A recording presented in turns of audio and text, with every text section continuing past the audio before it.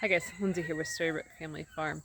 This morning, it was so freaking chilly out. It seriously has me in like nesting mode now. The temperature this morning was actually in the low 40s, which is quite chilly, especially when, just a few days ago, the real feel was like 104. So, I mean, that's a drastic drop in temperature. Yesterday, the high actually, it only got up to like 69 degrees out. So, very fall-like weather. It was really breezy and windy yesterday. We'd actually tried to sit out in the evening by the little pond like Tracy and I like to do. And we were out there for, I think, about 3 or 4 minutes before we're like, okay, let's go back in. Like, this is too cold. We need hoodies. We need hats, like, to cover our ears.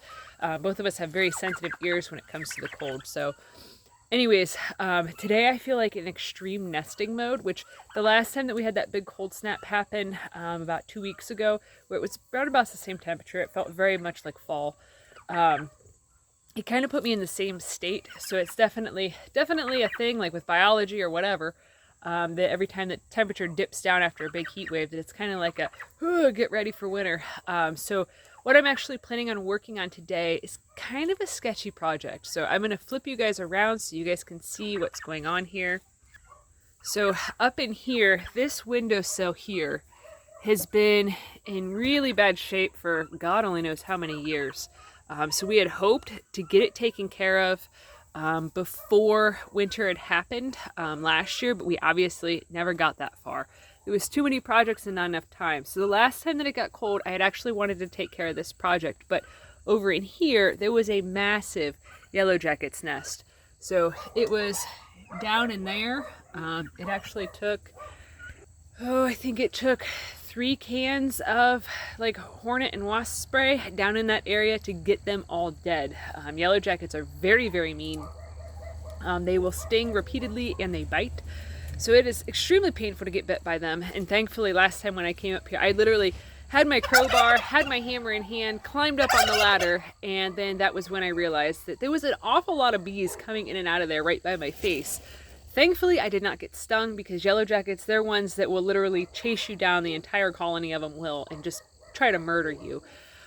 So that was a bit concerning and a bit eye-opening. So what my plan is for this is, I'll flip you guys around.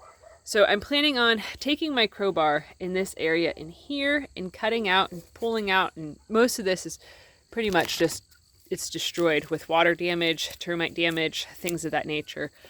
So what I'm planning on doing, granted this window should just get replaced, but we don't have the time or the money or the energy to do that this year. So the glass is still functional. The storm window only has the top pane left to it, so clearly not that functional. What I'm planning on doing is actually just ripping all of this out, which, clearly I'm going to need a lot of massive amounts of tools to deal with this very difficult to pull out stuff. Clearly, lots of sarcasm there. So what I'm going to do is I'm actually going to rip as much of this out as possible, and then I have 2 cans of spray foam insulation that I'm going to try to fill in this area in here, and then once all that dries and hardens, I'm going to essentially cut out a little channel that I can then shove a piece of wood in there to make it so it's better protected. Once I get this all cleaned out more, though, I'll be able to see better as to what my next course of action should be. I think that what I'm going to end up probably doing is I'll probably try to spray foam down inside and then let it all expand outward and then put the wood in and then seal it up some more. But I'm not sure. This is definitely one of them projects that, as I rip it apart and assess the damage, then I'll know further. But definitely don't want to leave that open for wintertime.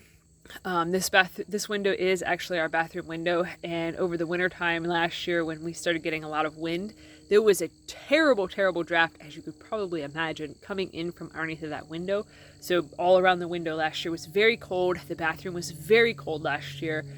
Even though it's not the farthest room from the wood burner, it was just really drafty in there. So I've done a lot of work with replacing flooring in the bathroom, putting in a new subfloor so that way there's not big, huge, massive gaping holes leading to the basement, because our basement is not heated, so it's very cold in the basement. It doesn't freeze, but it is very cold and very drafty.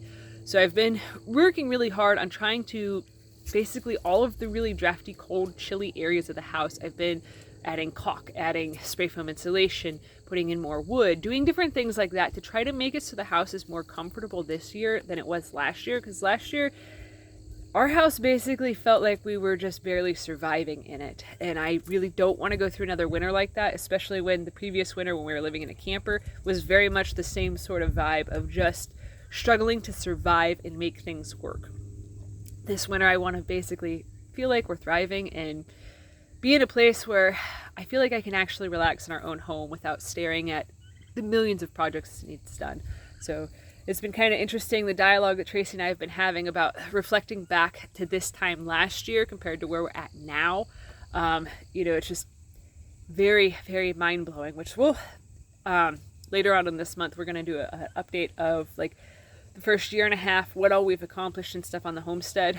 So that's going to be a nice video to basically do an overview of everything that we've done over the last year and a half of owning this place. So definitely be on the lookout for that. But I'm going to get busy. Plus, it's actually a little too chilly still to not have a jacket on. So definitely going to put on a hat and a jacket and get to work. Plus, that way, too, if there's any residual bees, I'm a little bit more protected than just being over here with my bare hands. So anyways, thanks for watching. Have a good one, guys.